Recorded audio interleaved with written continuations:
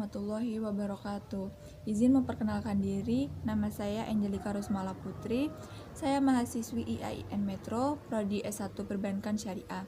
Nah, di video kali ini saya akan menjelaskan tentang mata kuliah Ushul Fiqih yang bertemakan Syar'u man qablana atau ajaran para nabi sebelum kerasulan Nabi Muhammad. Mata kuliah ini diampu oleh Ibu Nurul Mahmudah. Simak penjelasannya sampai selesai, semoga bermanfaat.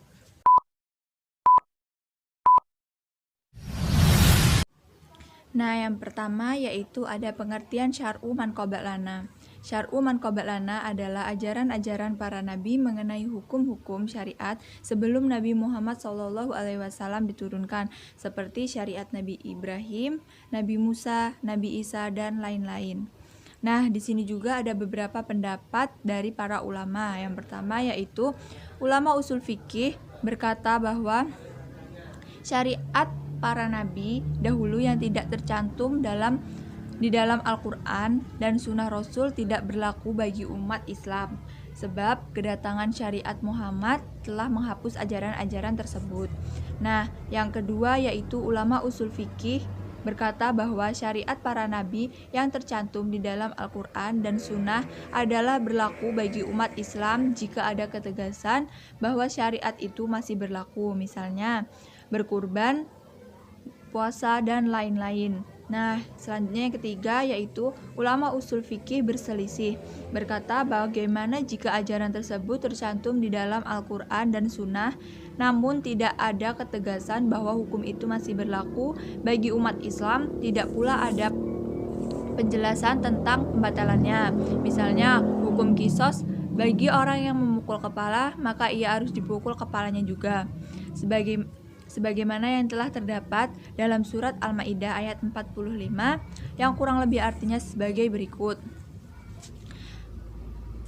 Dan kami telah menetapkan bagi mereka di dalamnya bahwa nyawa dibalas dengan nyawa, mata dengan mata, hidung dengan hidung, telinga dengan telinga, gigi dengan gigi, dan luka-luka pun ada kisosnya. Barang siapa melepaskan hak kisosnya, maka ia itu menjadi penebus dosa baginya. Barang siapa tidak memutuskan perkara menurut apa yang diturunkan Allah, maka mereka itulah orang-orang yang zalim. Selanjutnya yaitu ada pengertian mazhab Mu'tazilah Syiah, sebagian kecil mazhab Syafi'i, dan sebagian Hanbali, yaitu tidak berlaku lagi bagi umat Islam, pasar, dan argumentasi. Yang pertama yaitu setiap umat itu mempunyai syariat tersendiri, sebagaimana yang ditunjukkan di dalam surat Al-Maidah ayat 48, itu berarti syariat para nabi terdahulu tidak berlaku lagi. Yang kedua yaitu ketika Nabi bertugas Mu'adz bin Jabal ke Yaman, beliau bertanya kepadanya tentang dengan apa ia memutuskan perkara. Ia jawab dengan Al-Quran, hadis, dan istishad. Selanjutnya yaitu pengertian istishab. Istishab secara bahasa berarti meminta, ikut serta secara kontinu. Adapun pengertian menurut sebagian ulama, istishab berarti menganggap status sesuatu tetap seperti keadaan semula tanpa perubahan, sebelum terbukti ada sesuatu yang mengubahnya atau membatalkannya. Di sini juga ada macam-macam istishab. Yang pertama yaitu ada istishab ibahah asliyah. Pada dasarnya hukum segala sesuatu adalah mubah atau boleh, selama tidak ada bukti yang melanggarnya. Istishab model ini banyak berperan dalam bidang muamalah. Yang kedua yaitu ada istishab baro'ah al-asliyah, yaitu pada dasarnya setiap orang terbebas dari tuntutan atau kesalahan selama tidak ada bukti yang mengubah statusnya. Maka jika ada orang lain yang menuduhnya, maka ia harus membuktikan tuduhannya. Jika tidak ada bukti, maka ia akan terbebas. Nah, yang ketiga yaitu istishab hukmi, yaitu pada dasarnya hukum segala sesuatu tetap berlaku selama tidak ada bukti yang mengubahnya. Contohnya yaitu seseorang yang memiliki sebidang tanah, maka tanah tersebut masih tetap dihukumi miliknya. selama tidak ada bukti bahwa tanah tersebut telah dijual atau dihibahkan. Nah, yang keempat yaitu ada istishab wasfi, yaitu pada dasarnya sifat dari segala sesuatu masih berlaku sebelum tidak ada bukti yang mengubahnya. Contohnya, air yang diketahui bersih tetap dihukumi bersih, selama tidak ada bukti bahwa air tersebut najis. Nah, pada macam istishab nomor 4 ini terjadi perbedaan pendapat antara ulama. Nah, yang pertama yaitu mazhab Syafi'i dan Hanbali itu dapat dijadikan sebagai landasan hukum secara mutlak. Nah, yang kedua, mazhab Hanfi dan Maliki yaitu perlu pemilihan sebab kaidah ini hanya berlaku untuk mempertahankan haknya yang sudah ada, bukan untuk menimbulkan haknya yang baru. Nah, selanjutnya yaitu ada mazhab Syahabi atau pendapat sahabat. Mazhab Syahabi adalah pendapat sahabat Rasulullah SAW tentang suatu kasus di mana hukumnya tidak dijelaskan secara tegas di dalam Al-Quran dan hadis.